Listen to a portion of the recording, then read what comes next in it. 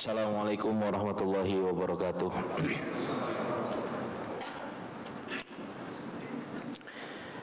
Innal hamdalillah, sesungguhnya segala puji hanya bagi Allah Subhanahu wa taala. Nahmaduhu, kita bersama memuji Allah, wa nasta'inuhu, dan kita memohon selalu pertolongan kepadanya. Wa nastaghfiruhu, dan kita memohon ampunan kepada Allah Subhanahu wa taala atas dosa-dosa kita. Wa na'udzubihi min syururi anfusina, dan kita memohon perlindungan kepada Allah Subhanahu wa taala dari kejahatan nafsu kita. Wa min sayyiati a'malina, dan kita juga memohon perlindungan kepada Allah Subhanahu wa taala dari keburukan amal perbuatan kita. May yahdihillahu fala mudhillalah, dan barang siapa yang diberi petunjuk oleh Allah Subhanahu wa taala, maka sekali-kali tidak akan ada seorang pun yang mampu menyesatkannya. Wa may yudlil fala hadiyalah, dan barang siapa yang disesatkan oleh Allah Subhanahu wa taala, maka sekali-kali tidak akan ada seorang pun yang mampu memberikannya petunjuk. Asyhadu an la ilaha illallah wahdahu la syarikalah, wa asyhadu anna Muhammadan abduhu wa rasuluh. Allah Subhanahu wa taala berfirman, a'udzubillahi minasyaitonir rajim, ya ayyuhalladzina amanu taqullaha haqqa tuqatih wa la tamutunna illa wa antum muslimun. Wahai orang-orang yang beriman, bertakwalah kalian kepada Allah dengan sebenar-benarnya takwa, dan jangan sekali-kali kalian mati kecuali dalam keadaan Islam. Baik hadirin dan hadirat a'azzakumullah, pertama-tama marilah kita panjatkan puja dan puji syukur kita kehadirat Allah Subhanahu wa taala atas limpahan rahmat dan karunia-Nya kepada kita yang tak terhingga jumlahnya. Salawat dan salam marilah kita curahkan kepada junjungan kita, suri tauladan kita, Nabi kita tercinta Muhammad sallallahu alaihi wasallam, beserta kepada seluruh keluarganya, seluruh sahabatnya dan umatnya. Baik bapak-bapak dan ibu-ibu hadirin sekalian, segala puji bagi Allah, kita kembali bisa berkumpul di dalam majelis ilmu kita guna berupaya untuk menambah kembali penguasaan kita, pemahaman kita terhadap agama kita, sehingga Allah Subhanahu wa taala membukakan pintu-pintu amalan-amalan saleh buat kita selalu, dan Allah Subhanahu wa taala memberikan kita keistiqomahan di atas jalan keilmuan ini. Maka mari bersama-sama kita ikhlaskan niat kita selalu di dalam upaya menuntut ilmu kita ini. Hadirin sekalian, kita lanjutkan pembahasan kita dari kitab Al-Arba'in An-Nawawiyah yang disyarah oleh guru kita Al-Ustadz Firanda Andirja hafizahullah ta'ala. Kita terakhir sudah sampai pembahasan apa? Pembahasan apa? Macam-macam orang kafir ya. Ya, terakhir kita membahas tentang kategori atau klasifikasi orang-orang kafir. Ya, di antara yang dibahas di sini adalah macam-macam orang kafir. Ini hadirin sekalian kita ingatkan bahwa kenapa kemudian Al-Ustadz Firanda hafizahullah ta'ala membahas tentang klasifikasi orang kafir. Ini kan dalam upaya untuk menjawab syubhat. Ya, karena beliau adalah expert di dalam bidang adyan dan firaq, ya, agama-agama dan kemudian pemahaman-pemahaman, dan kemudian beliau melihat mungkin ya, karena ini salah satu syubhat yang banyak sekali dipergunakan oleh orang-orang yang membenci Islam, orang-orang yang ingin menjelek-jelekan Islam, ya, atau memberikan fitnah di tengah kaum muslimin. Salah satunya adalah dengan menggunakan hadis ini. Ya, dengan hadis ini. Berarti hadisnya apakah buruk? Bukan hadisnya yang buruk, tetapi narasi mereka yang kemudian dengan mempergunakan hadis ini sebagai senjata untuk mencoreng, ya, Islam atau menyesatkan orang lain, ya, menjauhkan orang dari Islam. Karena kalau sebagaimana kalau kita artikan ya secara translate bebasnya, hadis ini kan berbunyi apa? Umirtu an uqatilan nasa hatta yashhadu alla ilaha illallah. Ya kan? Bahwa kata Rasulullah SAW, anna Muhammadan Rasulullah, saya diperintahkan untuk memerangi manusia sampai kapan? Sampai mereka bersyahadat. Ya, kalau kemudian pemahaman ini dibiarkan begitu saja, apalagi dinarasikan, tuh lihat Islam nih ajarannya, kata nabinya seperti ini. Kira-kira orang itu akan berpikir macam-macam tidak Pak terhadap Islam? Berpikir macam-macam. Ya, makanya salah satu metode yang digunakan oleh guru kita tersebut, guru kita ini, Al-Ustaz Firanda hafizahullah taala, beliau mengangkat syubhat ini dari sudut pandang syubhatnya dan kemudian menerangkan kepada audiens, ya, kepada kita yang membaca kitabnya, ini loh cara memahami hadisnya itu seperti ini. Ya, cara memahami hadisnya seperti ini. Ya, karena memang ketika kita tidak bisa kemudian memahaminya dengan baik, dengan pemahaman yang benar, yang kita akan dapatkan adalah syubhat. Ya, sebagaimana dihembuskan oleh orang-orang tersebut. Ya. Maka syubhat dan bantahannya sebagaimana yang dimulai di halaman 138, ya, karena porsinya lumayan banyak ini membantah syubhat ini. Ya, dari halaman berapa? 138, ya. Di sini di antara yang sudah kita bahas pertemuan yang lalu adalah pertama bahwa di dalam Islam itu tidak ada paksaan, ya, dan kemudian disertakan kasus-kasusnya oleh Ustaz Firanda hafizahullah taala, dan kemudian juga yang kedua di antara bantahannya adalah, ya, yang pertama kemarin itu masalah orang-orang Yahudi, ya, Pak. Jadi tidak ada paksaan ketika Rasulullah baru pertama kali datang ke Madinah, ya, penduduk di sana itu bermacam-macam, beraneka ragam, bukan semuanya kaum muslimin. Dan kemudian tidak terjadi peperangan di antara mereka. Kalau seandainya hadis ini sebagaimana dipahami oleh orang-orang yang pembenci Islam itu, maka tentunya orang-orang Yahudi sudah dimusnahkan di awal-awal Rasulullah SAW hijrah atau terbentuknya negara Madinah. Tetapi apa yang terjadi? Apakah orang Yahudi langsung dibantai sama Rasulullah? Enggak. Bahkan ada perjanjian Piagam Madinah yang kita sebut dengan Piagam Madinah. Kemudian yang kedua bantahannya adalah Allah tidak melarang dari berbuat baik kepada orang-orang kafir. Ya, di mana tertuang di dalam surat Al-Mumtahanah ayat 8. Allah tidak melarang kita berbuat baik, berbuat adil kepada orang-orang yang bukan Islam, ya, orang-orang yang kafir. Tidak dilarang oleh Allah Subhanahu wa taala. Ya, bahkan sepanjang hidupnya kita bisa melihat, kalau kita mempelajari sirah Rasulullah SAW, kita bisa melihat bagaimana kelembutan beliau, bagaimana kemudian perbuatan baik beliau kepada orang-orang yang belum beriman kepada, ya, risalah yang beliau bawa. Ya, tidak dilarang. Ya, bahkan para ulama mencela, di antaranya Ibnu Qayyim al-Jauziyah mencela orang-orang yang terlalu tasyaddud, terlalu ekstrim dalam memperlakukan orang-orang di luar Islam. Ini nggak boleh, karena Allah Subhanahu wa taala dan Rasulnya mencontohkan tidak demikian, seperti itu. Kemudian bantahan ketiga adalah, ya, di sini disebutkan ayat-ayat yang turun dalam konteks perintah untuk memerangi orang-orang kafir ditunjukkan khusus kepada orang-orang kafir harbi. Ya, orang kafir harbi apa kemarin, Pak? Siapa orang-orang kafir disebut yang diklasifikasikan sebagai orang-orang kafir harbi itu siapa? Orang-orang yang memerangi kaum muslimin. Ya, dan untuk memahami hadis ini juga kita harus pahami bahwa konteks dari ayat-ayat yang turun dan perintah-perintah dari Rasulullah SAW untuk membunuh atau memerangi orang-orang kafir beda, ya Pak, antara membunuh sama memerangi.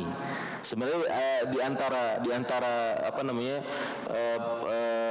para ulama kemudian menyebutkan bantahan syubhat-syubhat ini, diantaranya, ya, orang-orang ini menyebutkan bahwa orang-orang yang tidak beriman kepada Allah dan Rasulnya dibunuh, padahal bukan dibunuh, konteksnya itu diperangi, ya, bukan dibunuhi.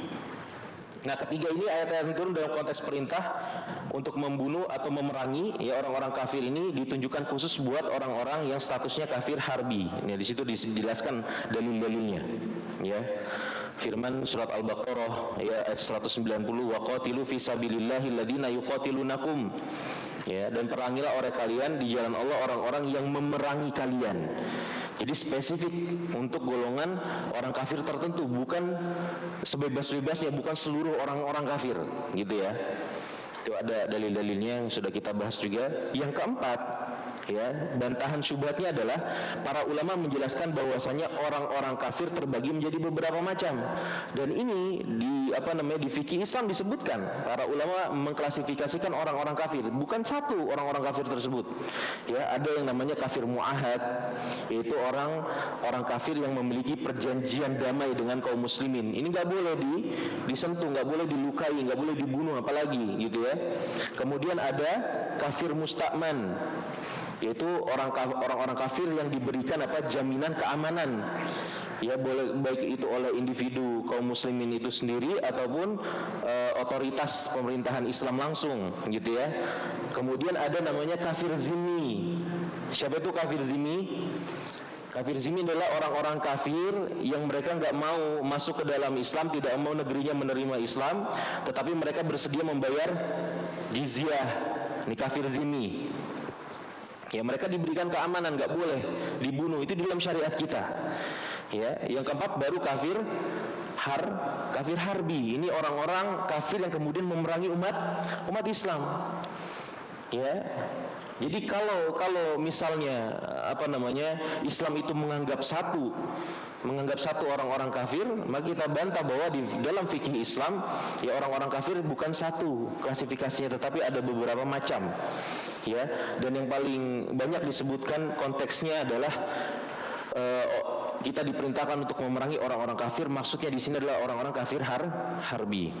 Itu diantara syubhat-syubhat atau bantahan daripada syubhat tersebut. Nah, kemudian yang kelima, bisa dibuka halaman 145, bantahan syubhat yang kelima. Kita pertemuan terakhir baru sampai bantahan syubhat sampai nomor 4. Ya, kita baca dulu.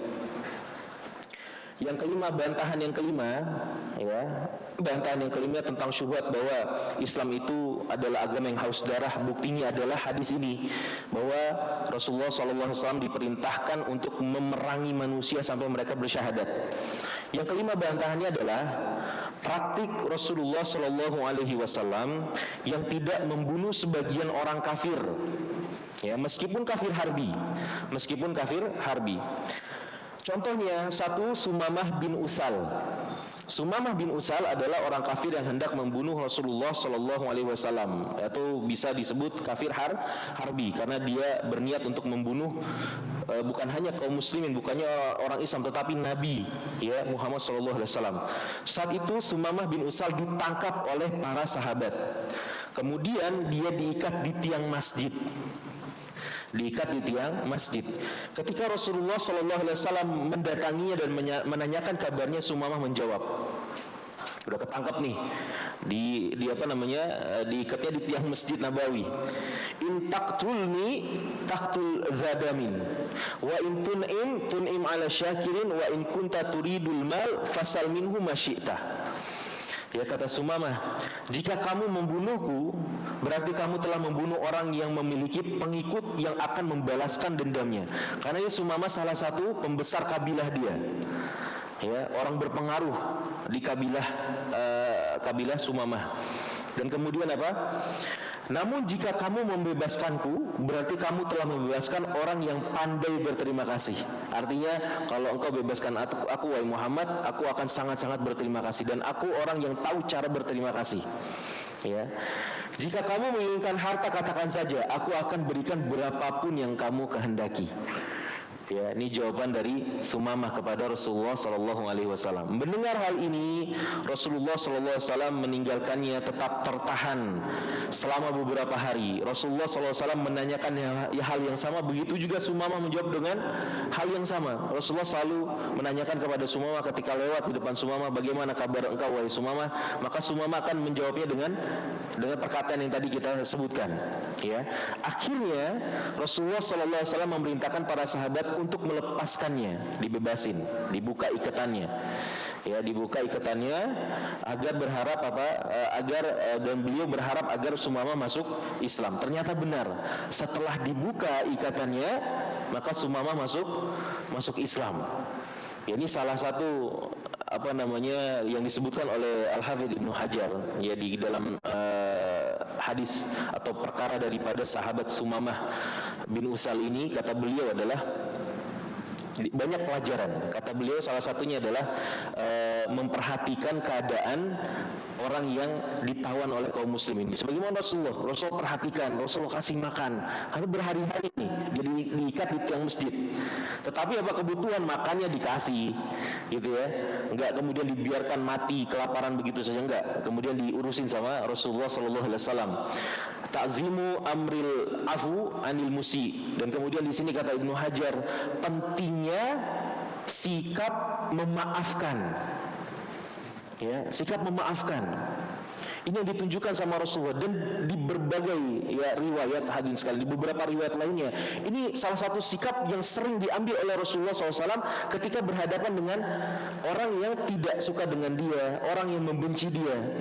Di dalam perang Zatul Riqa contohnya, ya, saat itu sahabat dan Rasulullah SAW tertidur. Mungkin ada yang pernah dengar, ya, di perang Zatul Riqa sahabat istirahat, Rasulullah SAW kemudian istirahat juga di bawah pohon. Kemudian ketika Rasulullah SAW terbangun, Rasulullah sudah dihunuskan pedang kepada diri beliau. Dihunuskan pedangnya, seorang musyrik ini, ya, dihunuskan pedang kepada beliau. Maka kemudian orang ini bilang, ya, man nasiruk, wahai Muhammad, siapa yang akan menjadi penolongmu nih? Siapa yang menolongmu? Enggak ada orang, sahabat pada tertidur lelap. Ya, Rasulullah sendiri dihunuskan pedang kepada beliau. Maka apa jawaban Rasulullah? Allah. Ya, yang menolong beliau siapa? Allah. Maka kemudian singkat cerita apa? Pedang yang kemudian orang ini hunuskan terjatuh. Bergetar tangannya kemudian terjatuh. Kemudian Rasulullah ambil pedang tersebut dan kemudian menghunuskan kepada orang itu. Ya, sekarang siapa yang akan menolongmu? Siapa penolongmu? Rasulullah balas pertanyaan dia. Yang singkat cerita akhirnya para sahabat berkumpul di situ dan Rasulullah SAW mencegah para sahabat untuk tidak melukai orang ini. Dimaafkan orang ini. Dimaafkan orang ini. Maka kata para ulama di antara Ibnu Hajar, ada sebagian riwayat kemudian orang ini kembali ke siapa? Ke kabilahnya, dan kemudian akhirnya dia memeluk Islam dan banyak kabilahnya kemudian masuk Islam. Ya, ini pentingnya kita bersikap memaafkan. Ya, dan pentingnya hadirin sekalian, di zaman sekarang ketika setiap orang itu mengekspos dirinya gitu ya. Kita seperti zaman sekarang ini nggak punya rahasia lagi. Kita banyak dilihat sama orang, diperhatikan sama orang gitu ya. Bagi antum yang penuntut ilmu, ini harus bisa jaga sikap. Ya, kenapa hadirin sekalian? Di zaman sekarang, ya, orang-orang itu akan melihat tingkah laku kita. Buat kita yang tidak bisa berdakwah dengan ilmu, kita bisa berdakwah dengan akhlak. Dan justru di zaman sekarang orang-orang itu banyak masuk Islam. Mungkin di Indonesia ya kita tidak merasakannya banyak, tetapi di mana? Di barat, negara-negara barat gitu ya. Orang-orang itu banyak tertarik akhirnya mempelajari Islam gara-gara melihat apa? Akhlaknya orang-orang Islam. Ya, mereka melihat akhlaknya orang-orang Islam tuh kok seperti ini, tidak seperti sebagaimana yang didengungkan oleh media-media mainstream mereka, media-media barat yang cenderung Islamofobia gitu ya. Buat orang-orang tuh takut sama Islam. Ternyata orang Islam damai-damai aja. Saya ke masjid kemudian diedukasi tentang Islam itu seperti apa. Ya, kemudian mereka melihat wanita-wanita mereka membuka auratnya, banyak kasus pelecehan gitu ya. Kemudian ketika mereka melihat kepada wanita-wanita kaum muslimah, mereka tertegun, wah, ditutup rapi, bagus, baik, seperti itu ya. Ya, akhirnya mereka tertarik untuk mempelajari Islam karena apa? Akhlak daripada kaum muslimin. Nah, kata Ibnu Hajar juga li anna Sumamah aqsama anna bughdahu in qalaba hubban fi sa'ah wahidah lamma asdahu Nabi sallallahu alaihi wasallam ilaihi minal afu wal man bi ghairi muqabil. Kata Sumamah, ya, Ibnu Hajar mengatakan Sumamah itu seketika rasa marah dia kepada Muhammad saat itu, yang sampai-sampai beliau datang ke Madinah mau berniat membunuh Muhammad sallallahu alaihi wasallam, seketika itu kata Sumamah apa? Kemarahan dia terhadap seorang namanya Muhammad ini tiba-tiba berubah menjadi apa? Menjadi cinta yang sangat dalam. Ya, karena apa? Karena melihat akhlaknya Rasulullah. Ya, melihat akhlaknya Muhammad sallallahu alaihi wasallam, baik, diperlakukan dia dengan baik, ya, dipenuhi hajatnya, kemudian tidak dipukulin, ya, padahal dia datang untuk membunuh tuh. Bayangkan. Ya, maka akhlaknya Rasulullah SAW yang sangat mulia tersebut akhirnya apa? Mengubah perasaan di dalam diri Sumamah yang tadinya benci sebenci-bencinya jadi apa? Cinta secinta-cintanya, ya. Wa anal ihsan yuzil al-bughdha wa yuthabbitul hub. Yang namanya perbuatan baik itu ya bukan hanya di dalam Islam, tetapi memang tabiat manusia. Ketika kita diperlakukan dengan baik, itu akan menjadi apa? Menjadi benih cinta di dalam diri seorang manusia. Manusia itu akan suka, akan tumbuh cintanya kepada orang yang berbuat baik kepada dirinya. Ya. Jangankan memenuhi hajat, ya. Jangankan memenuhi hajat. Ketika orang disenyumin setiap jalan gitu ya, kita memberikan senyum kepada orang gitu ya, itu kan orang akan respect sama kita. Orang itu akan segan sama kita. Padahal kita nggak memberikan apa-apa, cuman kita memberikan wajah yang baik kepada mereka ketika kita jalan. Ya, makanya di dalam Syarah Hilyah Thalibil Ilm, Syekh Ibnu Utsaimin rahimahullahu taala, beliau sampai itu mengkadar saking pentingnya kita bersahaja, saking pentingnya kita senyum, saking pentingnya kita salam. Sampai-sampai beliau mengatakan ya, hidup kita ini satu hari misalnya 2/3 itu kita usahakan supaya kita bisa bersikap bersahaja, enak sama orang gitu ya, komunikasi sama orang enak, kemudian memberikan wajah yang baik, yang senyum, kemudian memberikan salam, ya, ramah sama orang lain. 2/3 itu harus menjadi apa? Karakter seorang muslim. Sepertiganya lagi apa? Sepertiganya lagi itu sesuai kondisi. Kalau dibutuhkan di situ kita bersikap tegas, ya, maka kita bersikap tegas. Kalau di kondisi sepertiga tersebut kita tidak diperlukan sikap ketegasan atau muka yang tegas seperti itu ya, maka ya tidak dikerjakan, tidak usah dilakukan seperti itu. Sampai beliau sampai mengkadar seperti itu karena apa? Saking pentingnya. Ya, coba Pak kasus, kalau misalnya antum nih jalan, kemudian berpapasan sama seorang wanita misalnya, ya, tidak berhijab, lihat auratnya.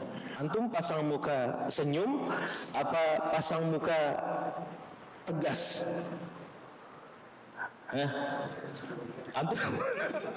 Antum pasang muka senyum, pasang muka tegas kepada wanita tersebut. Tegas, siapa yang bilang pasang muka tegas, angkat tangan. Senyumin aja, waduh bahaya nih. Senyumin. Yang mana yang benar? Tegas apa senyum? Dua-duanya salah, Pak. Yang benar itu gudul basor, tundukan pandangan antum. Aduh, gimana nih? Masa jangan ngangkat kepala dong. Ya. Jadi maksudnya kata Syekh Ibnu Utsaimin, harus kita bisa menempatkan sikap kita sesuai dengan porsinya, gitu ya. Jangan sampai salah juga. Ya. Dan kemudian kata beliau juga, wa fi qissati Tsumamah radhiyallahu anhu zahara ya uzma amiru afi anil musi. Ya, ini begitu pentingnya sikap memaafkan dari kesalahan yang diperbuat oleh orang lain, ya. Dalam riwayat juga disebutkan bahwa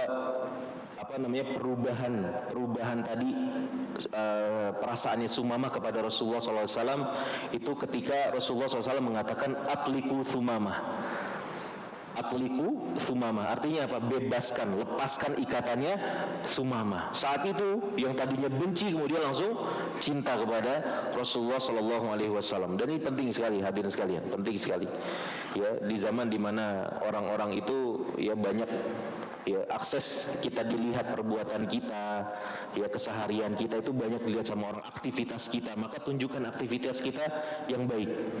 Ya, bukan jaim ya. Antum tahu jaim, Pak? Jaga image, sok-sokan. Ya. Kalau jaga image itu konotasinya baik apa buruk? Jaim. Itu konotasinya baik apa buruk nih? Yang anak-anak muda nih. Jaim itu konotasinya baik apa buruk? Antum datang ke rumah bertamu nih, kemudian makan. Antum biasanya makannya banyak, ya, sebakul. Tapi kalau di rumah orang antum makan cuma 1 centong nasi doang. Terus dibilang jangan jaim lah, gitu. Konotasinya baik apa buruk, Pak? Ya. Tetapi kalau kita menjaga muruah namanya di dalam Islam itu kita penting ya. Seorang muslim ini menjaga muruah, apalagi seorang penuntut ilmu. Antum dikenal sebagai orang yang sering kajian ya, kemudian akrab dengan keilmuan. Harus tunjukkan ya bahwa antum itu berbeda. Bukan supaya mengangkat diri antum, tidak, tetapi menjaga marwah keilmuan. Biar tahu orang bahwa karakter penuntut ilmu itu beda sama orang-orang yang tidak menuntut ilmu. Orang yang ngaji itu beda dengan orang yang tidak ngaji. Dari tampilannya, dari sikapnya, dari pilihan katanya, harus tunjukkan. Bukan untuk supaya antum dihormati orang, tetapi menjaga marwah keilmuan. Biar orang-orang, oh ternyata asar dari menuntut ilmu itu seperti ini. Asar dari kajian itu seperti ini. Orangnya adem-adem. Gitu ya, enak dilihat mukanya, nggak kemudian bersungut-sungut terus ya. Dan kemudian hadirin sekalian yang kedua, kaum musyrikin Mekah pada Fathu Makkah ya. Sebelumnya terdapat perjanjian antara kaum muslimin dengan musyrikin Mekah. Namun ternyata musyrikin Mekah melanggar perjanjian tersebut ya. Akhirnya Rasulullah SAW membawa pasukan ke Mekah untuk menyerang mereka. Penduduk Mekah lari kocar-kacir ketika melihat kedatangan Rasulullah SAW yang membawa pasukan sangat banyak. Ya, ketika mereka berkumpul di masjid, Rasulullah SAW berkata kepada mereka, "Ma tarawna anni sani'un bikum," kata Rasulullah kepada orang-orang Mekah, "Kalian kira apa yang aku akan lakukan terhadap kalian?" Mereka menjawab, "Khairon, akhun karim wa bunu akhin karim." Sesuatu yang baik, saudara yang mulia dan keponakan yang mulia. Karena orang-orang Mekah adalah kerabat Rasulullah SAW. Ya, meski ada yang dekat kekerabatannya, ada yang jauh kekerabatannya, tetapi apa? Ya, mereka satu kabilah gitu ya, Quraisy. Maka kemudian kata Rasulullah SAW, "Izhabu fa antumut tulaqa." Ya, dan kemudian Rasulullah SAW mengatakan, ya, "Pergilah kalian bebas. Gak usah takut, kalian bebas." Nah, padahal jika Rasulullah SAW ingin membunuh mereka, maka tentu diperbolehkan. Kenapa, Pak? Kenapa? Karena status mereka melanggar perjanjian yang tadinya posisi mereka adalah mu'ahad ya. Kemudian mereka melanggar perjanjian, status mereka menjadi kafir apa? Harbi, karena mereka sedang berperang. Kemudian ya, ketika berperang terjadi perjanjian. Ketika mereka membatalkan perjanjian tersebut, statusnya jadi balik lagi. Ya, jadi harbi. Maka kata Allah Subhanahu wa taala dalam surat Muhammad ayat 4, "Fa idza laqitumul ladzina kafaru fadrbar riqab hatta idza afkhantumuhum fashuddul wathaq fa imma manna wa imma fidaan." Allah Subhanahu wa taala, dan jika kalian bertemu dengan orang-orang kafir dalam masa perang, maka bunuhlah mereka. Ini dalam masa perang, cuman di dalam perjanjian. Ketika perjanjian tersebut dibatalkan, maka kondisinya sebagaimana semula, gitu ya. Maka bunuhlah mereka, kata Allah. Dan jika kalian sudah mengalahkan mereka, maka tawanlah mereka. Kemudian mungkin kalian bebaskan tanpa tebusan atau dengan tebusan. Ini opsi yang diberikan oleh Allah Subhanahu wa taala kepada Nabi Muhammad SAW dan para sahabat. Semua ini menunjukkan bahwasanya tidak semua orang kafir harus dibunuh. Ya. Bayangkan, Pak, bagaimana perlakuannya orang-orang kafir Quraisy terhadap Rasulullah SAW. Ketika Rasulullah SAW belum hijrah, apa yang mereka lakukan? Bengis tidak mereka kepada Rasulullah? Oh, perbuatan mereka luar biasa terhadap Rasulullah SAW, luar biasa jahatnya. Ya, bahkan ketika awal-awal keislaman, ya, awal-awal Rasulullah SAW mendapatkan perintah untuk berdakwah, itu, dan kemudian orang-orang kafir Quraisy ini sangat benci kepada Muhammad SAW, gitu ya, sampai-sampai ketika Rasulullah sedang sholat di depan Ka'bah, kemudian mereka mengambil sisa-sisa kotoran sembelihan unta, kulit-kulit busuknya, kemudian darahnya, kemudian kotoran-kotoran untanya. Ketika Rasulullah SAW sujud, kemudian ditimpakan kepada Rasulullah SAW. Ya, perlakuan yang semena-mena, apalagi kepada para sahabat Rasulullah SAW. Apalagi kalau kita melihat ya sirah atau sejarah perang mereka terhadap Rasulullah SAW. Ya, sebelumnya ada perang Badar, perang Uhud, perang Khandaq, ya, dan mereka banyak melakukan kekejaman terhadap kaum muslimin. Tetapi Rasulullah SAW memaafkan mereka. Dan kemudian yang ketiga, hadirin sekalian, peperangan yang terjadi di zaman Rasulullah SAW secara umum, peperangan di zaman Rasulullah SAW adalah sebagai pembalasan dari Rasulullah SAW, bukan beliau yang memulai. Jadi inisiasi perang itu bukan dari Rasulullah. Ya, kalau kita membaca sirahnya Rasulullah SAW, sirah Nabawiyah, kita akan bisa melihat bahwa semua peperangan itu dimulai karena apa? Karena musuh-musuh Islam yang memulainya, bukan Rasulullah SAW berinisiatif kebanyakan, ya, seperti itu. Secara umum peperangan di zaman Rasulullah SAW adalah sebagai pembalasan. Contohnya perang Badar, di mana sebabnya adalah orang-orang musyrikin yang telah membunuh para sahabat ketika di Mekah. Ya, karena kejahatan mereka luar biasa di kota Mekah terhadap Rasulullah dan para sahabat. Ya, ada yang mungkin yang sering kita dengar, Bilal bin Abi Rabah, kemudian Ammar bin Yasir, ya, kedua orang tuanya dibunuh di hadapan matanya, dan banyak kekejian-kekejian lainnya.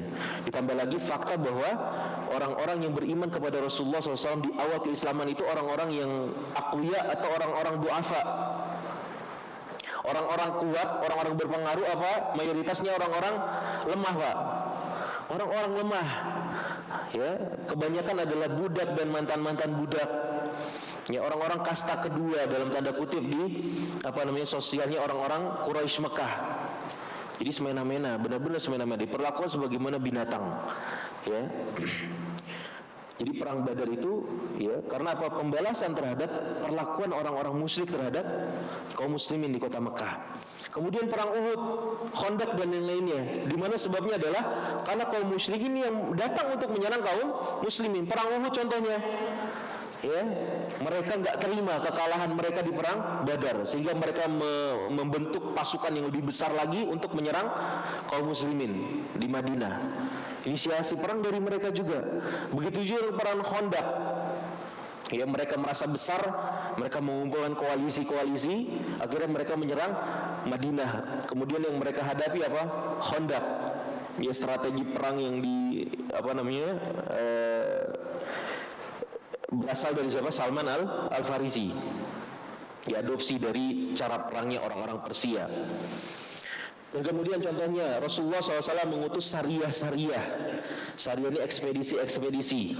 Ya, hal ini disebabkan sebagian kaum musyrikin ingin menyerang kaum muslimin. Sebelum hal itu terjadi, Rasulullah SAW mendahului menyerang mereka. Jadi sudah ada intelijen, ya. Dari dulu sudah ada perang intelijen. Rasulullah SAW, para sahabat, ya, sebagian dari mereka ada yang ahli dalam permasalahan ini, intelijen. Ya, jadi sebelum ada sebelum ada benar-benar serangan sudah dipatahkan dulu. Ya, dengan Sariyah tersebut, diutus Sariyah ini, ekspedisi ini. Ya. Dan kemudian perang Tabuk. Perang ini disebabkan orang-orang musyrikin yang membunuh utusan dari kaum muslimin. Oleh karenanya Rasulullah SAW melakukan pembalasan. Jadi intinya apa? Semua perang-perang besar yang terjadi di zaman Rasulullah SAW atau umumnya sebagian besarnya, ya, itu bukan Rasulullah SAW yang memulai, tetapi siapa? Musuh-musuhnya yang memulai. Adapun kelompok yang tidak memulai mengusik kaum muslimin, maka Rasulullah SAW tidak menyerang mereka. Contohnya orang-orang Yahudi di Madinah. Di awal Rasulullah SAW sampai ke Madinah, beliau membiarkan mereka tinggal di sana tanpa memeranginya. Barulah ketika mereka memulai pengkhianatan, maka Rasulullah SAW mengusir mereka.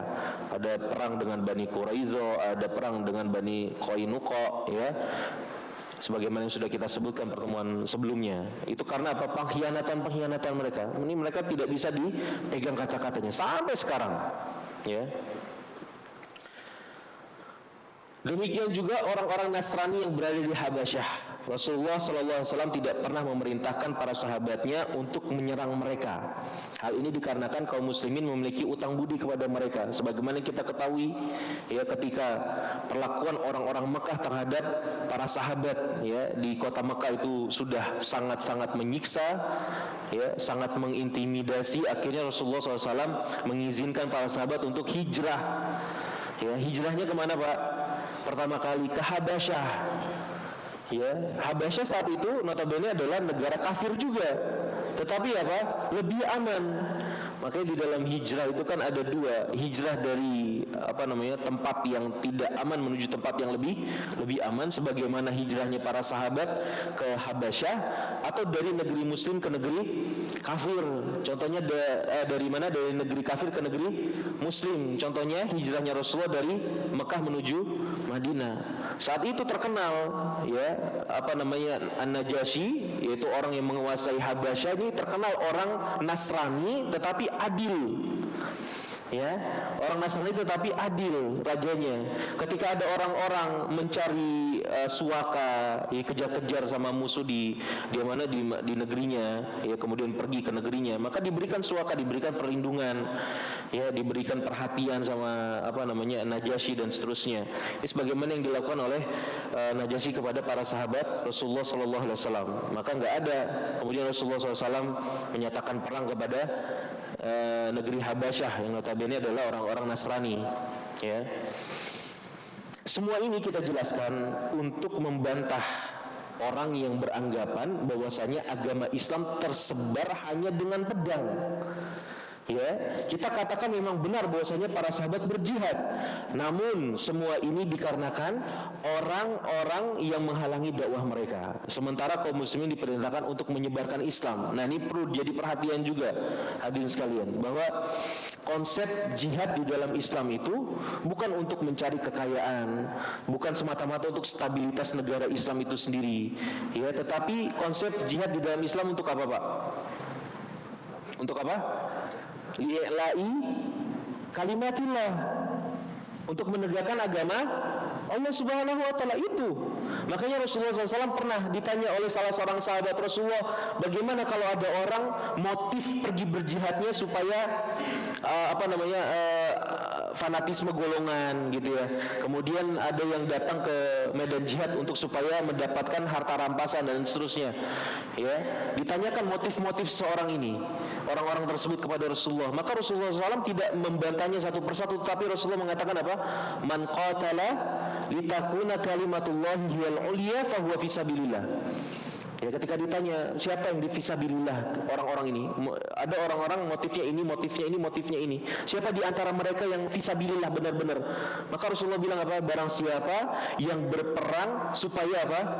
Agama Allah Subhanahu wa taala itu tegak, maka dialah yang fisabilillah. Ya, makanya namun perlu diketahui sebelum memulai peperangan, kaum musyrikin diberi pilihan terlebih dahulu.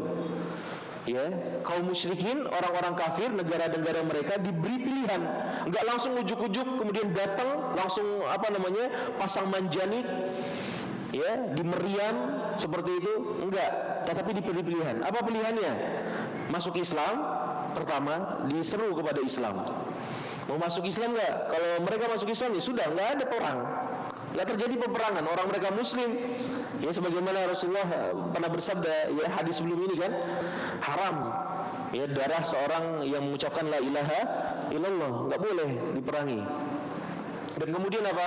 Kalau enggak mau masuk Islam, masih ada opsi kedua, yaitu apa? Bayar jizyah, bayar upeti. Dan upeti ini sebagaimana yang sudah diatur dalam syariat Islam, itu enggak sebanyak zakat kaum muslimin, enggak, lebih kecil dia. Yaitu diantara hikmah jizyah ini apa? Dia diberikan keamanan, tetapi dengan harga yang sangat sedikit, murah. Kalau masuk Islam enggak mau, bayar jizyah enggak mau, maka baru opsi yang ketiga, yaitu apa? Berperang. Dan berperangnya motifnya itu tadi bukan karena enggak suka, bukan karena apa, untuk supaya apa? Kalimatullah hiyal ulia, agama Allah itu tinggi. Makanya ada sebuah ini, Pak, ya, hadirin sekalian. Ada sebuah kisah di Al-Bidayah wa Nihayah di zamannya Umar bin Abdul Aziz. Ya, ada seorang komandan muslim kaum muslimin saat itu namanya Qutaibah bin Muslim. Qutaibah bin Muslim. Ini yang terkenal sekali, ya, beliau penaklukan wilayah-wilayah. Dan satu ketika ada wilayah namanya Samarqand. Ya, Samarqand itu kalau tidak salah mungkin sekarang di utaranya Iran. Ya, di daerah sana. Maka saat itu karena wilayah ini luas dan wilayah ini sangat strategis, artinya kalau misalnya Qutaibah bin Muslim ini menaklukkan wilayah ini akan mudah menaklukkan wilayah-wilayah sekitarnya Samarqand ini. Ya, karena terobsesi dengan hal tersebut, Qutaibah bin Muslim langsung menyerang tanpa memberikan apa? 3 opsi yang seharusnya menjadi hak mereka ini. Ya kan nggak boleh macam-macam, nggak boleh serampangan gitu kan. Ada langkah-langkahnya, 3 dulu dikasih tahu ini. Masuk Islam, diajak dulu masuk Islam. Kalau nggak mau bayar jizyah, kalau nggak mau baru yang ketiga diperangin. Nah karena tadi buru-buru, ini singkat cerita ya, di Al-Bidawinahnya panjang. Singkat ceritanya apa? Akhirnya Qutaibah bin Muslim menyerang ke situ, ya, kemudian menduduki wilayah tersebut. Akhirnya, ya, orang-orang di situ berdiskusi. Ini yang saya dengar, ya, orang-orang Islam ini nggak seperti ini cara mereka, ya, berperang. Mereka itu memberikan opsi dulu. Ya, memberikan opsi diajak dulu masuk Islam, bayar jizyah, atau baru yang terakhir ada perang. Dan kemudian kata mereka, yang saya tahu apa? Rajanya orang-orang Islam ini orang yang adil. Ya, orang yang adil. Saat itu siapa? Umar bin Abdul Aziz, mereka kenal adil. Nah kemudian pembesar mereka menulis surat yang isinya curhatan, ya, curhatan tentang perlakuannya Qutaibah bin Muslim yang menyalahi prosedur yang seharusnya dilakukan oleh orang-orang Islam sepengetahuan mereka. Akhirnya ditulis surat, dikirim masalah seorang pemuda di antara mereka. Nih, ente datang ke mana? Di mana ibu kotanya umat Islam ketika Umar bin Abdul Aziz berkuasa? Di mana, Pak? Ayo di mana? Bandung. Kan di Bandung. Di mana? Ayo, Umar bin Abdul Aziz di mana ibu kotanya? Saat memerintah umat Islam di mana ibu kotanya itu? Damaskus. Ya, di Damaskus saat itu. Maka datanglah dia berbulan-bulan, berhari-hari di sini disebutkan ya. Dia datang ke situ berbulan-bulan sampailah ke Damaskus. Ya, dia orang ini, utusan ini segan mau nanya. Kalau saya nanti saya ini orang asing, kalau saya nanya langsung di mana rumahnya raja orang-orang Islam, saya akan dicurigain gitu ya. Maka saya menyelusuri kota Damaskus itu di jalan-jalan hingga saya menemukan bangunan yang paling gede di situ. Ya, bangunan yang paling gede. Dia masuk ke bangunan tersebut, dia mengira itu rumahnya siapa atau istananya siapa? Sultan. Ya, istananya raja orang-orang Islam. Ya, maka kemudian ketika dia ngobrol-ngobrol sama orang di situ, ternyata bukan. Ini masjid Damaskus. Bangunan paling besar di situ. Ya, kemudian ditanya sama orang yang ditemui, kamu udah sholat? Apa itu sholat? Wah, baru ketahuan. Terus agama kamu apa? Saya agamanya orang-orang Samarkand. Ya. Dia to the point, akhirnya dia nanya, coba saya mau ketemu sama siapa? Raja Malik, dia bilang raja. Maksud kamu Amirul Mukminin gitu ya. Maksud kamu adalah pemimpinnya orang-orang beriman, maksudnya khalifah ya. Iya, itu dia. Saya mau ketemu sama dia. Maka kemudian orang yang ditemuin ini bilang, ini kamu telusuri jalan ini ya, nanti di ujung jalan ini ada rumah dari tanah liat. Maka orang utusan Samarkand ini bilang, ente bercanda, istilah seperti itu ya. Ente bercandain aneh nih, ini aneh serius nih, aneh punya hajat nih, buat aneh sampaikan kepada raja kalian Amirul Mukminin ini. Iya, di situ rumahnya.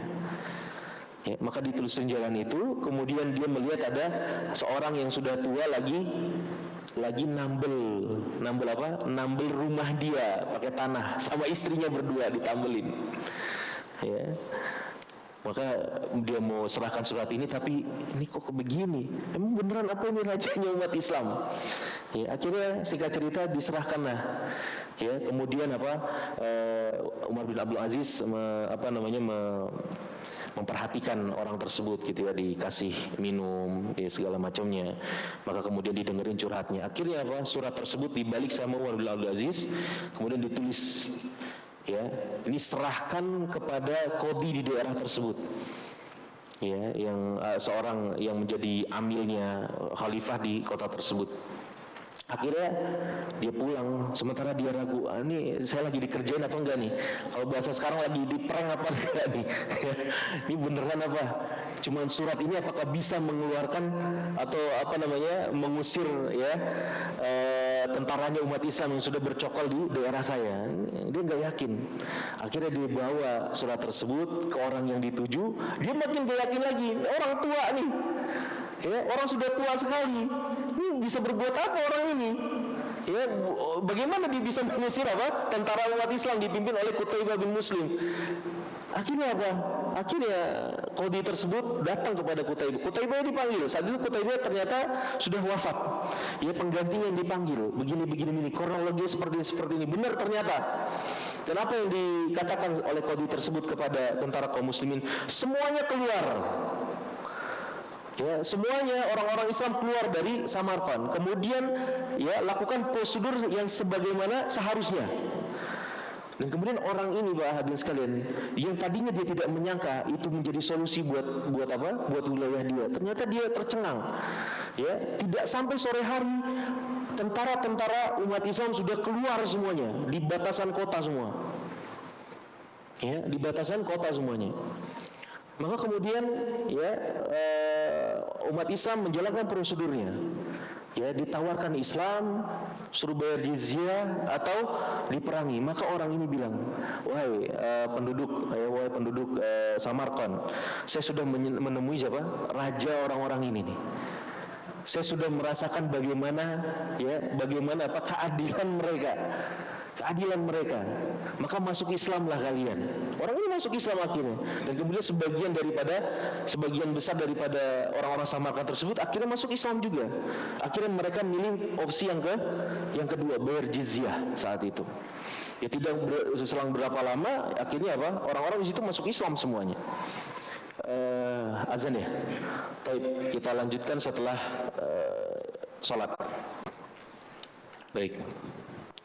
Alhamdulillah wassalatu wassalamu ala Rasulillah.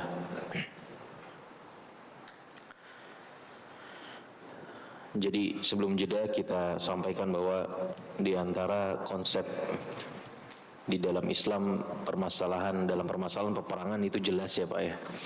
Jadi li'la'i kalimatillah, bukan hanya sekedar tentang strategi wilayah gitu ya, kemudian stabilitas negara, keamanan kaum muslimin, tetapi lebih daripada itu semua ya, perang di dalam Islam visinya adalah untuk menegakkan agama Allah Subhanahu wa taala. Ya, dan sebagaimana kita sebutkan tadi sebelum jeda kisah yang disebutkan di dalam Al-Bidayah wa Nihayah ya, kejadian pada kekhilafahannya Umar bin Abdul Aziz, kita bisa melihat ya begitu indahnya ya konsep penaklukan di dalam Islam, tidak bisa semena-mena ya. Jadi ada hak mereka yang harus dipenuhi terlebih dahulu, dan ini merupakan syariat di dalam agama kita. Ditawarkan Islam, kalau tidak mau berarti opsi kedua adalah jizyah, kalau tidak mau juga baru peperangan, ya opsi terakhir. Bisa dibuka halaman 148, kita baca terlebih dahulu. Namun perlu diketahui, sebelum memulai peperangan, kaum musyrikin diberi pilihan terlebih dahulu. Pilihan tersebut adalah masuk Islam, membayar jizyah, atau berperang.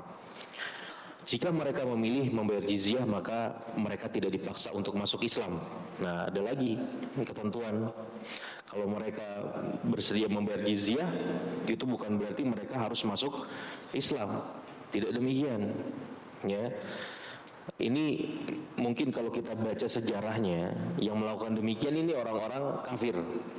Ya, orang-orang Nasara misalnya, ketika mereka berhasil menaklukkan Andalusia, ya, menaklukkan Spanyol yang saat itu sudah ratusan tahun di bawah kekuasaan kaum muslimin, ya, karena terjadi perpecahan di antara mereka, akhirnya orang-orang Nasrani ya bisa menguasai kembali Spanyol. Dan ketika itu terjadi, nggak ada opsi seperti ini sebagaimana yang dilakukan oleh umat Islam.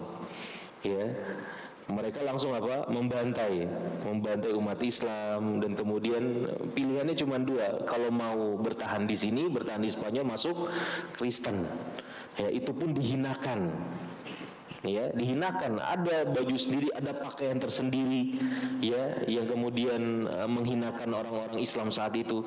Atau kalau nggak mau, ya sudah, dibunuh.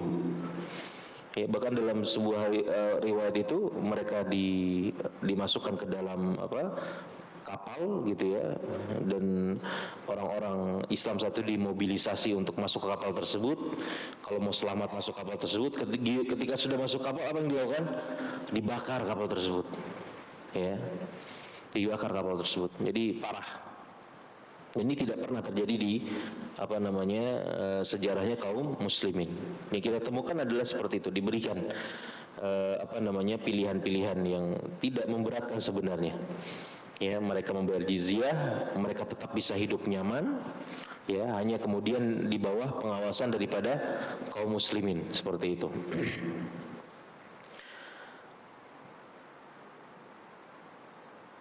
Faktanya, kenyataan yang ada dalam agama Islam, kenyataan yang ada, agama Islam tersebar di dunia bukan dengan peperangan, namun dengan akhlak yang mulia, ya. Jadi kalau kita benar-benar jujur, kemudian menilik kepada sejarah tersebarnya Islam di seluruh dunia, itu ya dominannya bukan karena peperangan, tetapi karena dakwah. Karena dakwah. Ya, karena dakwah Islam itu, kaum muslimin itu sendiri yang mereka lakukan, ya. Contohnya tersebarnya Islam di Indonesia. Islam tersebar dengan akhlak mulia, bukan peperangan. Kita nggak akan menemukan sejarah ada delegasi, ya, kekuatan militer dari Turki Utsmani kah, atau dari Bani Abbasiyah atau Bani Umayyah atau selain daripada mereka datang ke Indonesia untuk perang. Nggak ada sejarahnya seperti itu. Ya, nggak ada sejarah. Yang kita tahu sejarah kita dijajah sama siapa? Kerajaan Nasrani kan? Ya, ada Belanda, kemudian ada Inggris juga pernah, gitu ya. Nasrani semua.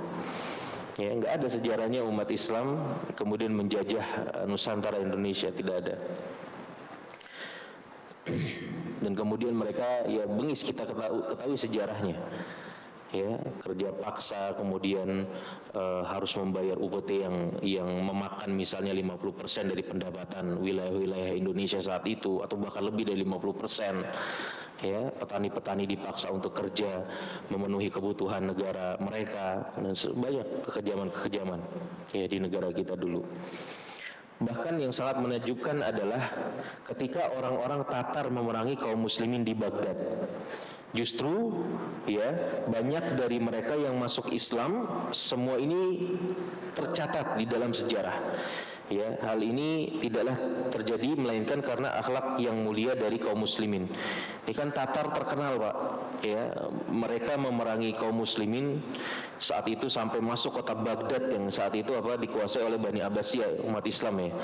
Ya, kemudian ibu kotanya Baghdad. Saat itu Tatar benar-benar merangsek masuk menguasai Baghdad. Saat itu perpustakaan terbesar di dunia saat itu dimiliki kota Baghdad. Ya, ketika Tatar masuk ke situ, kemudian buku-buku itu dibuangin semua kemana? Ke sungai. Ya, ke sungai yang ada di Baghdad saat itu. Sampai-sampai para mu'arikhin mengatakan ya sungai di Baghdad, di kota di Irak saat itu berubah menjadi hitam. Ya, karena tinta-tinta buku itu sampai hitam tuh. Ya, dan kemudian Tatar benar-benar di dalam sejarah umat Islam, di antara yang paling besar kerusakan yang ditimbulkan oleh musuh Islam terhadap kaum muslimin itu Tatar.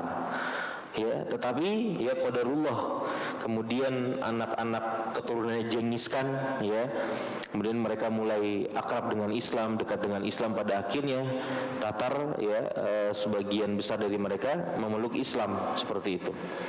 Itu bukan dengan peperangan, ya, dan bukan dengan peperangan, tetapi dengan dakwah. Sebaliknya, orang-orang yang menuduh Islam agama teroris, ternyata sejarah mencatat agama mereka tersebar dengan cara penjajahan, pembunuhan, dan pemaksaan. Ya, justru kalau kita mau balikan, Pak, ya hadirin sekalian, sejarah mereka itu banyak sekali darah tertumpah, baik itu darah kaum muslimin, darah orang-orang Yahudi, darah misalnya suku Indian, ya, di Amerika sana, itu kan pembunuhan semua itu. Genosida. Ya, kalau kita melihat tarikh daripada perang salib pertama, itu bagaimana di pertengahan tahun 1099 Masehi gitu kan. Itu mereka mengadakan mobilisasi besar-besaran untuk apa? Menguasai Al-Quds.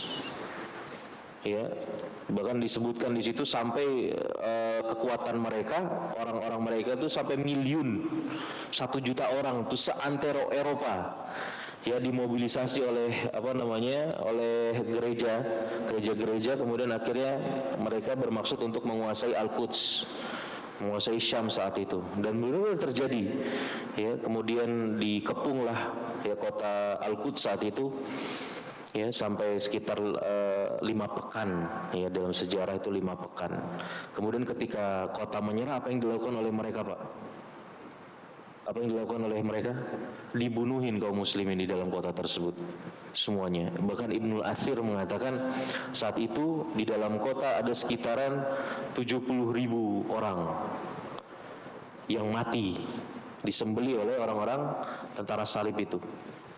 Ya, bahkan ada saksi sejarah, ya, dari mereka sendiri, yaitu Folk of Chartres mengatakan, sungguh jika kalian berada di sana, kalian akan melihat kaki-kaki kami berwarna merah hingga ke lutut. Itu saking apa? Saking banyaknya darah yang mereka tumpahkan kaum muslimin. Ya, makanya ketika Salahuddin Al-Ayyubi menaklukkan kembali, mereka kebingungan. Ya, mereka takut, karena apa? Karena ketika mereka merebut kota Al-Quds itu, mereka membantai sebantai-bantainya orang tuh. Dibunuhin semua 70.000 jiwa. 70.000, Pak, untuk populasi dunia saat itu besar tidak? Besar sekali 70.000 itu. Ibnu Athir mengatakan 70.000 orang dibantai. Ya, mungkin kalau sekarang mungkin 7 juta kali, ya, atau lebih dari itu. Ya. Kalau disesuaikan dengan populasi dunia saat itu dan populasi dunia saat ini, itu kan jauh banget. Tahun 1000-an sama sekarang 2024, 1000 tahunan lebih jedanya atau bedanya, itu pasti populasinya akan sangat jomplang. 70.000 saat itu banyak sekali. Ya, makanya ketika kemudian ditaklukkan ulang, ya, ditaklukkan kembali oleh Salahuddin Al-Ayyubi, mereka kebingungan. Mereka sudah takut nih, kita akan dibantai juga, sebagaimana kita membantai umat Islam saat itu. Tetapi apa yang dilakukan oleh Salahuddin Al-Ayyubi, Pak? Dibantai enggak orang-orang itu? Orang-orang Kristen, orang-orang Nasrani di Al-Quds? Enggak kan? Barang siapa yang mau tetap silakan tetap, barang siapa yang mau pergi kita kasih perbekalan buat pulang ke Eropa, ke negeri mereka, gitu kan? Ya, karena sekali lagi, ya, konsep di dalam Islam itu bukan untuk balas dendam, bukan untuk membunuh sebanyak-banyak, ya, tetapi untuk apa? Li'la'i kalimatillah, untuk menegakkan agamanya Allah Subhanahu wa taala. Ya, kita bisa lihat sepanjang sejarah. Kalau kita mau balik-balikan, Pak Adin sekalian, ya, sejarah darah mereka di dalam peperangan itu luar biasa. Jangankan yang dulu-dulu, ya, semenjak fitnah terorisme terhadap Islam itu kan sudah berapa juta orang yang mati, Pak. Ya, dari mulai misalnya 11 September, kemudian dengan dalih tersebut mereka menyerang apa? Irak. Berapa ratus ribu orang yang mati di Irak, Pak, atas nama terorisme yang kemudian tidak terbukti sama sekali. Ya, Saddam Hussein misalnya punya senjata pemusnah massal, ternyata nggak ketemu, nggak ada. Ya, ujung-ujungnya apa? Ujung-ujungnya ternyata apa? Minyak. Ya, semua kilang-kilang minyak sekarang dikuasai oleh mereka, dan kemudian pemerintahan ya sekarang dikuasai oleh Syiah. Ya, di Irak seperti itu banyak kerusakan-kerusakan yang tidak terhitung, ratusan ribu jiwa. Bahkan kalau kata teman saya waktu itu orang Irak, beliau mengatakan yang mati itu lebih dari 1 juta. Ya, yang mati itu lebih dari 1 juta kata teman saya, miliun. Ya, yang mati di Irak itu lebih dari 1 juta. Belum lagi penjajahan mereka saat dulu sebelum 1945 itu kan. Ya, negara-negara Asia, Afrika itu kan dijajah oleh kerajaan-kerajaan Nasrani saat itu. Ya, bangsa-bangsa Nasrani saat itu. Kalau kita mau balikan kekejaman mereka itu tidak terhitung lagi, banyak sekali. Ya, kemudian benua Amerika misalnya, orang-orang Indian sampai habis. Ya, padahal sebelumnya bangsa Muslim atau orang-orang Arab ya Islam saat itu sudah ada perniagaan dengan suku-suku Indian di pesisir saat itu. Mereka nggak ngeklaim, orang Islam nggak ngeklaim tanah Amerika itu punya mereka, nggak. Ya kan? Kemudian tertumpahlah darah banyak sekali. Jadi kalau kita mau balikan itu banyak sekali kasus-kasus seperti itu. Nah, jika terjadi peperangan antara Islam dengan orang kafir, maka tujuannya bukanlah untuk membantai, ya. Sekali lagi nggak ada pembantaian yang dilakukan oleh umat Islam terhadap musuh-musuhnya. Oleh karenanya Islam melarang untuk membunuh orang tua. Ada adabnya di dalam peperangan. Ya, ahli ibadah, para wanita dan anak-anak, ya. Bahkan Islam melarang untuk melakukan perusakan, nggak boleh merusak ketika terjadi peperangan. Ini merupakan adab-adab yang diajarkan Islam dalam peperangan. Ada di aturan-aturan yang sesuai dengan syariat di dalam peperangan, enggak serampangan. Ya, berbeda dengan selain Islam, di mana ayat-ayat kitab suci mereka memerintahkan perbuatan yang sangat sadis. Ya, ketika terjadi peperangan. Contohnya yang disebutkan dalam kitab suci mereka, berkatalah Samuel kepada Saul, aku telah diutus oleh Tuhan untuk mengurapi engkau menjadi raja atas Israel, umatnya. Oleh sebab itu dengarkanlah bunyi firman Tuhan. Beginilah firman Tuhan semesta alam, aku akan membalas apa yang dilakukan oleh Amalek kepada orang Israel. Karena orang Amalek menghalang-halangi mereka ketika orang Israel pergi dari Mesir. Jadi pergilah sekarang, kalahkanlah orang Amalek, tumpaslah segala yang ada padanya, dan janganlah ada belas kasihan kepadanya. Bunuhlah semuanya, laki-laki maupun perempuan, anak-anak yang menyusu, lembu maupun domba, unta maupun keledai, semuanya dibunuh. Ya, ini apa yang terjadi sekarang di mana? Di Timur Tengah sekarang. Ini dasar mereka seperti ini. Ya, sama enggak Pak? Kitab mereka, isi kitab mereka dengan isi kitab kita. Sama apa beda? Jangan disama-samain. Ya, jangan disama-samain hadirin sekalian. Ini salah satu hak. Jadi seorang seorang yang kufur kepada Allah, orang kafir, ada hak mereka atas kita. Makanya para ulama membahas tentang hal ini. Ya, contohnya Syekh Ibnu Baz, Syekh Abdullah Ibnu Baz ya. Syekh bin Baz pernah berkata rahimahullahu taala, beliau membuat judul risalah ya, kata wajibul muslim binisbah ila ghairil muslim. Ya, kewajiban seorang muslim terhadap orang-orang non muslim, orang-orang kafir selain daripada orang-orang Islam. Apa di antara kewajiban mereka? Ad-da'wah ilallah. Ya, kita mendakwahi mereka. Karena isi Al-Quran ini apa Pak? Untuk apa? Untuk membantah segala kerusakan-kerusakan yang terjadi di kitab suci mereka. Kan seperti itu. Kitab suci mereka sudah diganti-ganti sama mereka. Ya, dan salah satu fungsi Al-Quranul Karim diturunkan kepada Nabi kita Muhammad SAW untuk apa? Meluruskan penyelewengan, kesalahan-kesalahan, kerusakan-kerusakan akidah mereka ditunjukkan. Makanya banyak sekali dalam Al-Quran, qul ya ahlal kitab, katakanlah wahai orang-orang ahlul kitab. Siapa orang-orang ahlul kitab Pak di dalam Al-Quran? Orang Yahudi dan Nasrani. Ada enggak ahlul kitab muslim? Ada enggak ahlul kitab muslim? Enggak ada, semuanya kafir. ahlul kitab yang disebut-sebut sama Allah Subhanahu wa taala di dalam Al-Qur'an, ya ahlul kitab, ya ahlul kitab. Ini semuanya kafir? Apa ada yang muslim? Hah? Yang bilang semuanya kafir angkat tangan. Iya. Jadi para ulama, jumhur ulama mengatakan bahwa ahlul kitab ya di dalam Al-Qur'an itu maksudnya al-Yahud wan Nasara, Yahudi dan Nasrani. Dan kemudian Syekhul Islam Ibnu Taimiyah mempertegas bahwa yang disebutkan oleh Allah Subhanahu wa taala sebagai ahlul kitab adalah orang-orang yang masih berpegang kepada kitab mereka sementara status kitab mereka itu sudah mansukh, sudah dibatalkan dengan kitab yang baru, yaitu apa? Al-Quranul Karim. Karena ketika Al-Quran sudah turun, risalah kepada Rasulullah SAW turun, maka itu membatalkan apa? Kitab suci mereka. Tidak ada pilihan bagi mereka untuk tetap bertahan dengan kitab mereka. Pilihan mereka cuma satu, yaitu apa?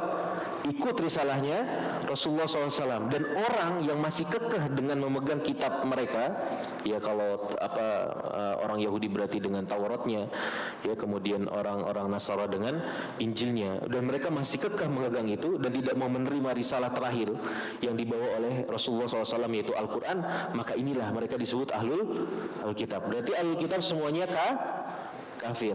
Dan ini disebut-sebut sama Allah Subhanahu wa taala. Dan salah satu hak mereka atas kita jelaskan kepada mereka tentang kesalahan mereka, ya. Kesalahan akidah mereka yang mengatakan apa? Bahwa Isa adalah anak Tuhan, kemudian Uzair anak Tuhan. Dijelaskan kepada mereka, itu kesalahan dalam akidah mereka, kesyirikan yang mereka lakukan. Jangan kemudian apa? Kita saling membesarkan mereka, membesarkan satu sama lain ke mereka dengan kekufuran yang kita besar-besarkan karena ada kesamaan dengan kitab kita, misalnya kitab Al-Quran ini nggak boleh. Ya, hak mereka mengetahui kebenaran yang Allah sampaikan lewat Rasul kita Muhammad SAW. Gimana kita mempersamakan, hadirin sekalian, agama mereka dengan agama kita? Lihat aja, berbeda jauh. Ya, sungguh tidak ada kesamaannya. Di kitab mereka Allah Isa alaihissalam itu disebut sebagai Tuhan, sementara di kitab kita sebagai apa? Hamba dan utusan Allah Subhanahu wa taala. Dan Allah sudah terangkan bahwa perkataan mereka bahwa Isa alaihissalam itu adalah seorang anak Tuhan itu sangat besar, bukan perkara kecil. Ya, bahkan Allah Subhanahu wa taala berfirman di surat Maryam apa? Takadu samawatu yatafattarna minhu wa tanshaqqul ardu wa takhirul jibalu hadda. Ya, seakan-akan langit itu runtuh, akan jatuh. Ya, kemudian gunung-gunung pecah, bumi terbelah. Ya, kenapa? Anda'u lirrahmani walada, karena mereka mengatakan bahwa Allah punya anak. Itu bukan hal yang remeh. Ya, maka hak mereka atas kita adalah kita terangkan apa pesan ilahi, apa pesan Allah Subhanahu wa taala kepada mereka. Ya, bahwa Allah Subhanahu wa taala itu tidak punya anak, bahwa Isa yang mereka agungkan itu adalah seorang nabi sama sekali bukan seorang Tuhan, sebagaimana nabi-nabi yang lain sebelum Isa alaihissalam, ada Nuh, ada Ibrahim, ya, ada Ishak dan seterusnya, itu mereka adalah nabi. Ya, nabi utusan Allah Subhanahu wa taala, tidak ada keistimewaan. Ya, sehingga menjadikan Isa itu sebagai Tuhan. Nah, ini yang kita jelaskan kepada mereka, itu hak mereka. Ya, jangan sampai kita malah membesarkan hati mereka di dalam kekufuran mereka dengan mencari apa? Kesamaan-kesamaan. Beda antara toleransi dengan kolaborasi, Pak. Jangan sampai kita mengartikan kita bertoleransi dengan mereka itu berkolaborasi. Bertoleransi salah satu bentuknya toleransi kepada mereka atau kita berbuat baik kepada mereka dengan menyampaikan risalah Islam kepada mereka. Kita jelaskan dengan cara yang baik, dengan cara yang lembut, tanpa kita tanpa kita mengubah-ubah. Ya, artinya kita terangkan dengan cara yang baik kepada mereka. Begini loh. Ya. Bukan malah kolaborasi. Kolaborasi itu apa, Pak? Ya, agamamu agamaku juga, agamaku juga agamamu. Mari bersama-sama kita ya mewujudkan maslahat di dalam agama kita bersama. Ini nggak boleh, nggak ada kolaborasi dalam Islam. Kalau orang belajar Al-Quranul Karim, ada surat Al-Ikhlas, ada surat Al-Kafirun, jelas prinsip Islam, itu prinsip dasar. Ya, nggak boleh kita kemudian menjadikan agama kita sebagai komoditi dagang yang bisa kita jual belikan. Ya, kita bisa sharing bersama-sama dengan orang, nggak bisa, nggak boleh. Ya. Maka toleransi itu boleh, dan kemudian kita memberikan kebaikan, dan di antara kebaikan terbesar yang kita usahakan kepada teman-teman non-muslim kita adalah kita menjelaskan Islam ya secara benar kepada mereka, sehingga mereka tersadar ya, dan kemudian menerima hidayah. Banyak sekali kewajiban muslim, di antara yang terbesarnya itu ya, dan kemudian kita tidak, ketika orang tersebut menjadi misalnya tetangga kita nggak menzoliminya ya, ketika kita bermuamalah dengan kita misalnya, kita nggak boleh kemudian ya ini karena ini orang Nasrani nih atau orang di luar agama Islam kita boleh berbuat curang, nggak boleh ya, nggak boleh, dan seterusnya. Pahami Pak ya.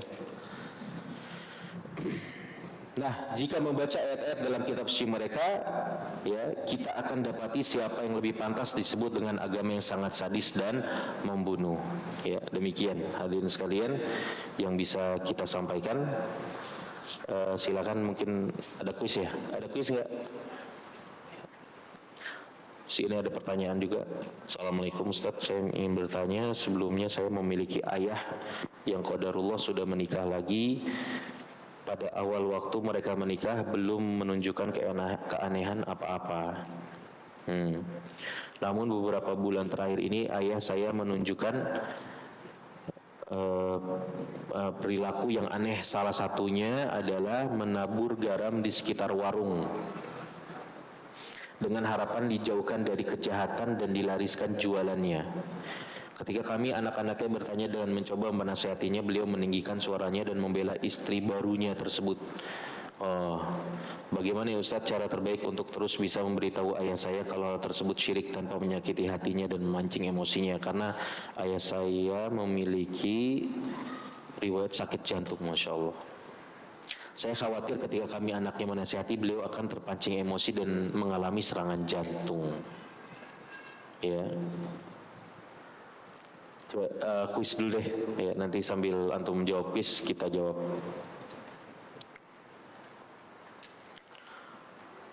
Tutup buku, jangan ada yang ngelihat. Handphone juga nggak boleh. Ada yang nggak boleh lihat buku, lihat handphone. Di Google sama aja. Ini pemahaman aja, pemahaman. Kita yang dikuiskan sudah kita bahas juga, ya.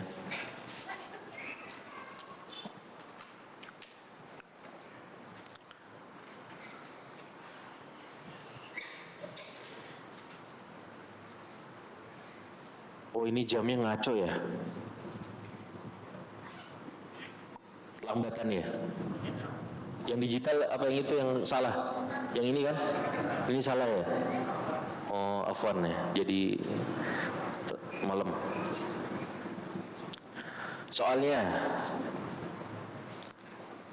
kan di antara sudut pandang yang dikemukakan oleh guru kita Ustaz Firanda Hafizahullah Ta'ala itu adalah membahas hadis ini dari sudut pandang syubhat yang tersebar, ya, bahwa Islam itu agama yang haus darah, Islam itu agama peperangan, ya, dengan menjadikan hadis yang sedang kita bahas ini sebagai senjata mereka, ya, bahwa Rasulullah bilang umirtu an uqatilan nas hatta yashhadu alla ilaha illallah wa anna muhammadan rasulullah.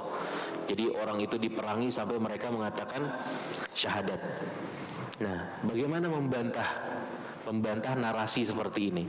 Bagaimana cara membantahnya? Kan ada 5 tuh, ya kan? Ada 5. Nah, antum sebutkan 3 aja. Ya, cara membantahnya seperti apa? Gampang banget itu, sambil merem bisa.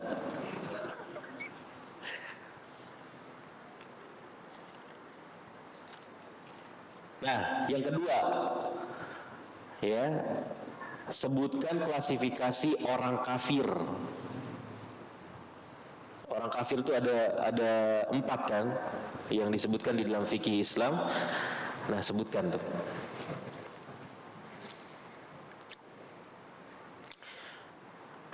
Jadi yang bertanya ini ya, yang pertama harus kita pahami baik-baik bahwa seorang muslim, apapun keadaan orang tua kita, ya statusnya, bahkan ketika dia seorang kafir pun dia atau mereka punya hak bakti dari kita.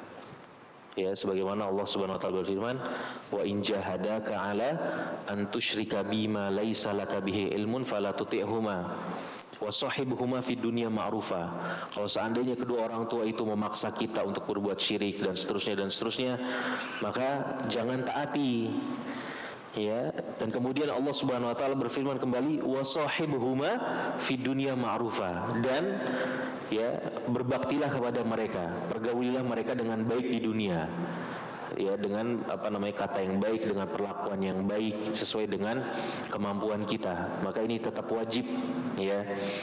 Dan kalau misalnya posisinya demikian, ayah antum seperti ini, maka salah satu bakti terbesar kita adalah menunjukkan kesalahan dia. Ya, bahwa dia apalagi berbuat sesuatu yang berbau dengan kesyirikan, maka salah satu bakti terbesar kita kepada beliau adalah kita menunjukkan kesalahan mereka, kesalahan ayah kita atau kesalahan ibu kita, ya. Dan tentunya sebagaimana yang sudah kita pelajari di hadis sebelumnya tentang agama adalah nasihat, ya kita sebutkan bahwa di antara sunnahnya Rasulullah SAW atau cara Rasulullah SAW berdakwah itu, beliau punya berbagai macam metode-metode dakwah, kan seperti itu. Artinya apa? Cara beliau menyampaikan nasihat, cara beliau menyampaikan kebenaran itu variatif, bukan cuma satu cara. Ya, maka ketika berurusan dengan orang tua seperti ini, ya kita mencoba berbagai cara. Dan tentunya ketika dihadapkan kepada kondisi ayah Anda seperti ini, punya penyakit, maka kita harus bisa mengira-ngira di mana metode tersebut yang kemudian paling cocok. Ya, maka kemudian kalau dihadapkan pada orang tua, maka yang paling cocok adalah dengan memberikan kebaikan kepada mereka. Dimulai dengan memberikan hadiah misalnya, ya, atau ngajak makan, memberikan perhatian, ya, seperti itu kan namanya orang tua. Ya, maka selalunya Pak, kalau kata orang-orang ya, psikolog, setua-tuanya antum, meskipun antum sudah beruban, ya antum tetap dipandang oleh siapa? Oleh orang tua kita sebagai anaknya, kan seperti itu. Ya, dipandang mereka antum tuh kecil lah, seperti itu. Anak-anak sebagaimana yang mereka sudah urusin dari antum dari kecil seperti itu. Pandangan mereka terhadap antum ya namanya orang tua ke anak, ya. Antum tidak akan pernah besar gitu ya, artinya di hadapan orang tua antum. Makanya kan banyak kasus ketika anaknya mendakwahi orang tuanya, ya, lu siapa sih, masih kecil, kan sebenarnya padahal udah lulus SMA, padahal udah kerja, udah punya anak dan seterusnya. Ya, ini tuh orang tua. Maka salah satu metode terbaik ketika berurusan sama orang tua ya dengan ma'ruf. Lagi kalau misalnya antum punya kelebihan harta nih, dalam kondisi seperti ini kan, ya, ayah antum lagi berusaha untuk nafkah gitu ya, mencari nafkah dan seterusnya, maka bisa dimulai dengan, udahlah Pak, nggak usah nabur-nabur kayak gituan nih. Saya dan anak-anak urunan tiap bulan ngasih misalnya segini, tapi nggak usah nabur-nabur garam lagi misalnya, seperti itu. Ya, atau tunjukkan perhatian, pokoknya segala sesuatu yang kita usahakan lah. Dan kemudian jangan berekspektasi ya harus diterima langsung, ya nggak bisa seperti itu. Ya, hidayah pun bukan di tangan kita kan, di tangan siapa? Allah Subhanahu wa taala. Intensif dengan memberikan perhatian kepada mereka dahulu dan seterusnya. Ya. Atau bisa menasehati ibu tiri antum nih, lewat ibu tiri antum. Mungkin kalau masih bisa diajak bicara ya lewat ibu tiri antum. Ibu tirinya diedukasi yang baik tentang Islam, apa itu syirik dan seterusnya, supaya dia bisa menasehati ayah antum gitu ya. Secara kan kalau suami sama istri ada ikatan tersendiri, ya tidak sebagaimana anak dengan orang tua, seperti itu. Kemudian juga banyak berdoa kepada Allah Subhanahu wa taala, karena Allah Subhanahu wa taala yang menguasai hati kita, yang membolak-balikan hati kita, dan kemudian hidayah juga ada di tangan Allah Subhanahu wa taala, bukan di tangan kita. Seperti itu. Yang sudah dikumpulkan ya.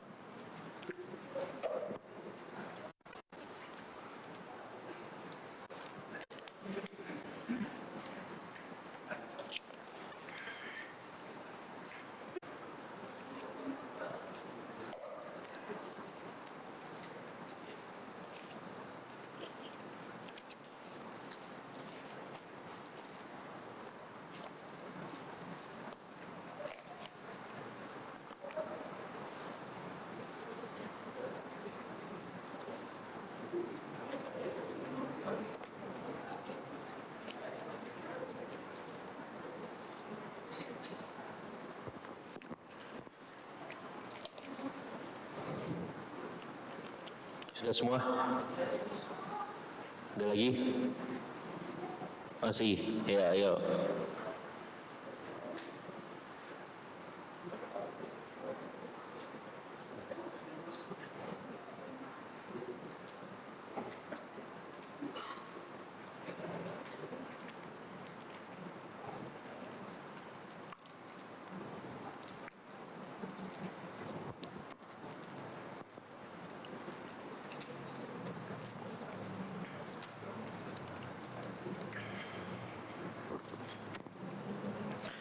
Baik, kita cukupkan ya hadirin sekalian. Alhamdulillahirabbil alamin. Subhanakallahumma bihamdik asyhadu an la ilaha illa anta astaghfiruka wa atubu ilaik. Assalamualaikum warahmatullahi wabarakatuh.